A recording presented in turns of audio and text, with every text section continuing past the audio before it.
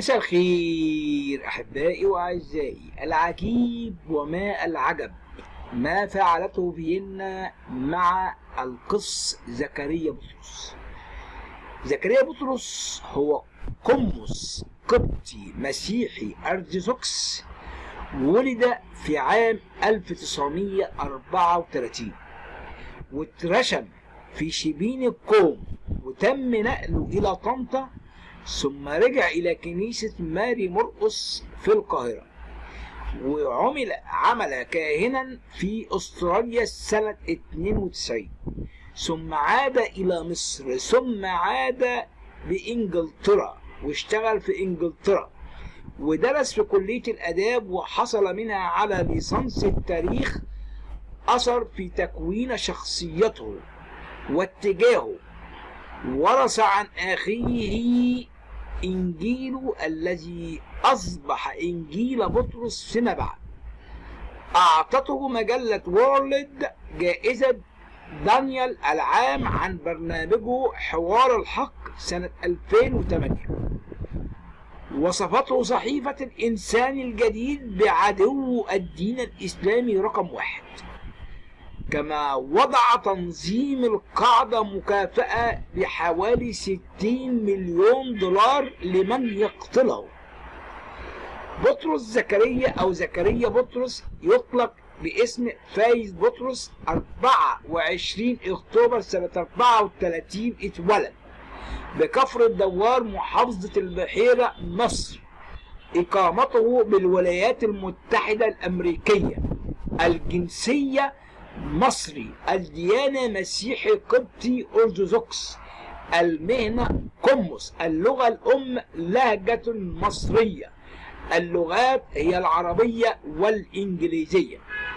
أصبح اسمه معروف للعامة بعد ظهوره في برامج لقناة الحياة الفضائية التبشيرية سنة 2003، والتي تعمل على انتقاد الدين الإسلامي ورسول الإسلام بأسلوب يعتبره المسلمون أسلوبا تهجميا غير لائق، أثار الكثير من الجدل ولم يرضى الكثير من المسلمين، مما أدى إلى تناول موضوعها في بعض البرامج الاجتماعية، كما حظيت باهتمام وتغطية من قنوات عالمية.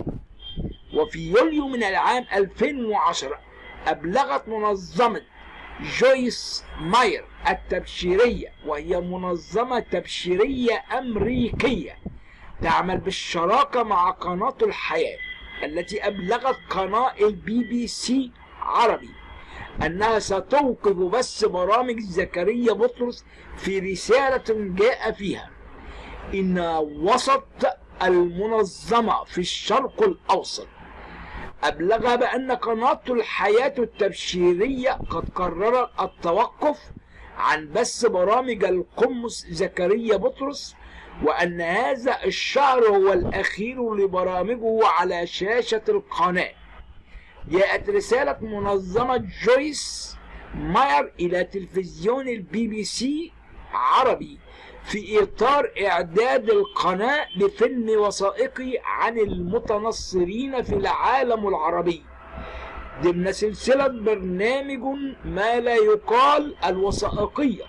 وقد سمي فريق البرنامج إلى لقاء المسؤولين في قناة الحياة، التي تعمل في سرية تامة وتحيط العاملين بها بإجراءات أمنية متشددة، ليستفسر منهم عن تفاصيل أسباب إيقاف برامج زكريا بطرس.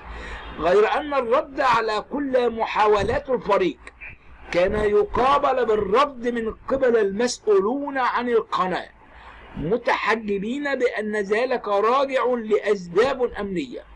ثم توجه فريق عمل البرنامج إلى منظمة جويس ماير لعلاقة الشراكة الموجودة بينها وبين قناة الحياة، ولكنها رفضت بدورها. افتتاحة قناة جديدة. قام في إبريل 2011 بإطلاق قناة جديدة خاصة باسم الفادي تبث بأمريكا الشمالية، وهي تبث الآن في الشرق الأوسط. وردود فعل إخوتنا المسلمين أدى أسلوب القمص إلى خلق سخط عام من قبل إخواننا المسلمين وكثير من المسيحيين، مما حدا بعض الأساقفة إلى التحذير منه. وفي تصريح للبابا شنودة بأن أسلوب زكريا بطرس غير مرضي، وأن مشاكله لا تتعلق بالهجوم على الإسلام وحسب، وإنما بمفهوم للخلاص واعتقاده في الخلاص في لحظة. الردود والمناظرات أدى أسلوب القمص في حوار الآخر إلى عرض مجموعة من المثقفين وطلبة العلم المسلمين الرد على القمص زكريا، وآخرين قرروا أن يتجاهلوه. وكان أبرز من قام بالرد عليه الكاتب المصري أبو إسلام أحمد عبد الله، والدكتور إبراهيم عوض، ومصطفى الثابت، ومحمود القاعود، والدكتور عبد الله البدير أو البدر كما ادعى بعض هؤلاء القمص إلى مناظرة مفتوحة في مكان محايد كالإذاعة أو التلفزيون أو بالتوك. ومنهم الشيخ وسام عبد الله وخالد الجندي الذي يتهم زكريا بطرس بالتهرب من المناظرة، مما جعله يصرخ في حوار له مع العربية إنه مستعدا لهذه المناظرة على أن تكون في مصر.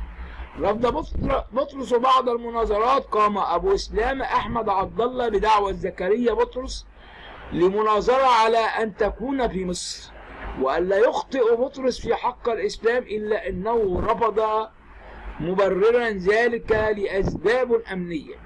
مطالبات بإسقاط جنسية، قام المحامي المصري نبيه الوحش بتقديم إنذار لرئيس الوزراء السابق أحمد نظيف ورئيس الداخلية السابق حبيب العدلي والبابا شنودة، مطالبا بإسقاط الجنسية المصرية عن زكريا بطرس لإخلال بطرس باستقرار وأمن مصر في الداخل والخارج، واعتبر أن إهانة الإسلام كالخيانة العظمى.